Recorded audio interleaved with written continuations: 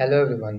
तो आज हम देखेंगे इफ़ की एग्जांपल नंबर 3 और इफ़ की एग्जांपल नंबर 3 में हमने ये देखना है कि इफ़ की एग्जांपल नंबर 3 कैसे काम करेगी और उसके अंदर हमें करना क्या है और इसकी इंस्ट्रक्शंस क्या है जो मैंने लिखी हुई है स्क्रीन पे आप देख सकते हैं। ठीक है। सो यहाँ पे बात हो रही है कि extract name of fail students with marks. ठीक है।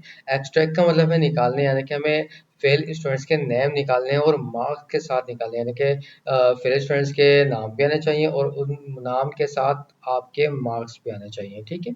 तो अब इसका तरीक़ेकार क्या होगा इफ़ का, ये मेरे पास देखें इफ़ का ये पूरा फॉर्मूला मैं सब वीडियो में लिख के दे दूंगा यहाँ पे, ताकि आप लोग जब काम करें तो आपके पास इफ़ का फॉर्मूला आपके सामने शो हो रहा हो, ताकि आपको कोई परेशानी हो, ताकि आप स्क्रीनशॉट ले सकें या कहीं पर राइट करना चाहें तो राइट कर सकते हैं। ठीक है। सो अब यहाँ पे मुझे निकालने हैं नेम ऑफ फेल स्टूडेंट्स। ठीक है, विथ मार्क्स। तो सबसे पहले मैं इज इक्वल्स टू का वही फॉर्मूला यूज़ करूंगा, यानी कि इज इक्वल्स टू लगता है लास्ट में, इज इक्वल्स टू लगाने के बाद मैं इफ की कंडीशन दूंगा। इफ की कंडीशन देने के बाद मैंने वही काम करा जो हमने पिछले दो एग्जांपल्स में किया है, यानी कि मैं सेल वो दूंगा जिसके अंदर मेरे मार्क्स मौजूद है। ठीक है। उसके बाद मैं लगाऊंगा यहाँ पे लेस देन। तो अब यहाँ पे देखें लेस देन लग रहा है। लेस देन क्यों लग रहा है? क्योंकि यहाँ पे बात हुई है फेल स्टूडेंट्स की। अब फेल स्टूडेंट 50 से कम वाले ही हो गए, यानी कि जिसके मार्क्स कम होंगे वही फेल होगा। तो दैट्स वाई यहाँ पे क्या लगा रहा हूँ मैं, लेस देन। बहुत गौर से सुनिएगा कि यहाँ पे मैं लेस देन यूज कर रहा हूँ क्योंकि मार्क्स यहाँ कम हो रहे हैं, क्योंकि फेल स्टूडेंट्स और फेल स्टूडेंट्स जाहिर सी बात है 50 से कम होंगे। अब यहाँ पे जरूरी नहीं आप 50 लिखें, आपके पास जो नंबर है, आपको जिस जिस नंबर के जिस नंबर से कम आपको बच्चे को फेल करना है आप वो नंबर यहाँ पे दे सकते हैं, जिस बच्चे को पास करना है उस हिसाब से आप नंबर यहाँ पे दे सकते हैं। ठीक है। तो फिलहाल यहाँ मैं 50 लिख रहा हूँ। ठीक है। 50 लिखा। अब जो 50 से कम वाला बच्चा होगा, यानी कि कम वाला मार्क्स होंगे, उसका नाम और उसके जो मार्क्स हैं वो प्रिंट होके आ जाएंगे। ठीक है।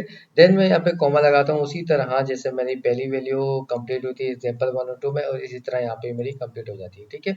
उसके बाद कॉमा लगाने के बाद मैं लूंगा अपना नेम वाला सेल। क्यों? क्योंकि पहले मैंने C4 में मार्क्स ढूंढे जो कि 50 से कम थे। उसके बाद मैंने B4 सेलेक्ट किया। क्यों? क्योंकि B4 के अंदर मेरा जो है वो नेम था। ठीक है। मेरा जो सेल था इसके अंदर नेम है। उसके बाद मैंने लगा देना है एंड का सिंबल। अब एंड का सिंबल क्यों लगता है? एंड का सिंबल इसलिए लगता है ताकि आपके दो सेल की वैल्यू एक ही सेल में रिप्रेजेंट हो जाए, प्रिंट हो जाए। ठीक है। यानी कि कॉन्स्टेंट का एक फॉर्मूला होता है, कॉन्स्टेंट कर रहा होता है। ठीक है। तो यानी कि मेरे नेम और मार्क्स अलग अलग सेल में, तो ये क्या करेगा, एंड का फॉर्मूला, एंड का सिंबल के दोनों सेल को एक ही सेल में करके लिख देगा। ठीक है।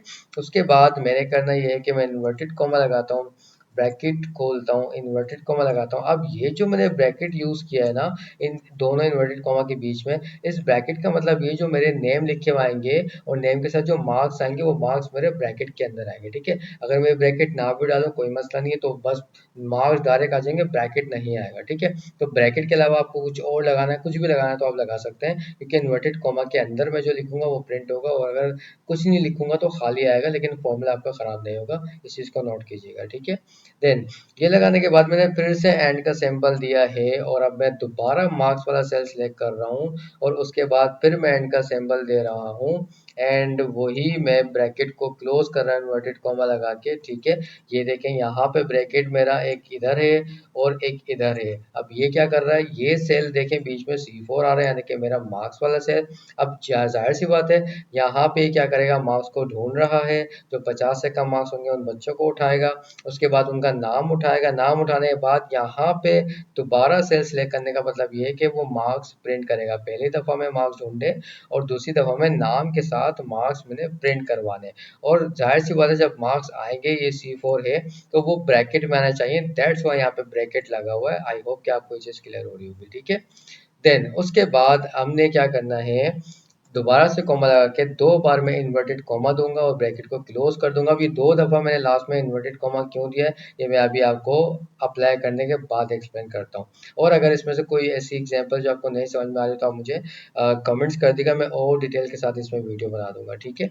मैं एंटर करता हूँ तो देखिए मेरा डेविड 23, यानी कि जो मेरा फेल स्टूडेंट था उसका नाम भी आ गया और उस साथ में उसके मार्क्स भी आ गए, और ब्रैकेट में आया, जैसा कि मैंने आपको बताया था कि मैं इन्वर्टेड कॉमा में दोनों जगह पर ब्रैकेट क्यों लगा रहा हूँ, ताकि जो मेरे मार्क्स हैं वो ब्रैकेट के अंदर आ जाए। ठीक हो गया।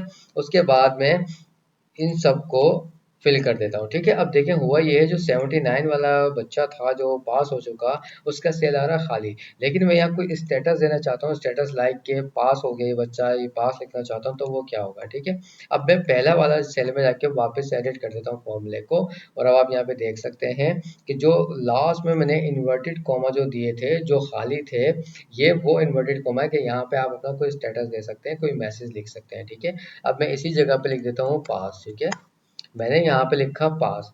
पास लिखने के बाद मैं एंटर करता हूँ, एंड अगेन इस सबको मैं फिल कर देता हूँ कंट्रोल डी के साथ। आप पूरा ऊपर से नीचे तक सिलेक्ट करें और कंट्रोल डी प्रेस करें तो ये सारा सब में अप्लाई हो जाएगा। ठीक है, तो देखें अब जो पास हुए थे तो उनके पास पास लिखा हुआ रहा है। ये कैसे हुआ, जो हमने लास्ट में इन्वर्टेड कॉमा मैसेज दिया वही मैसेज प्रिंट होके आ गया। ठीक है, आई होप सो कि ये क्लास भी आपकी अच्छी रही होगी, और अगर ये क्लास अच्छी लगी तो मेरी वीडियो लाइक कीजिएगा, चैनल को सब्सक्राइब कीजिएगा, और चलिए इंशाल्लाह ताला नेक्स्ट वीडियो जो होगी वो आपकी इफ की एग्जांपल नंबर 4 होगी। ठीक है, थैंक यू।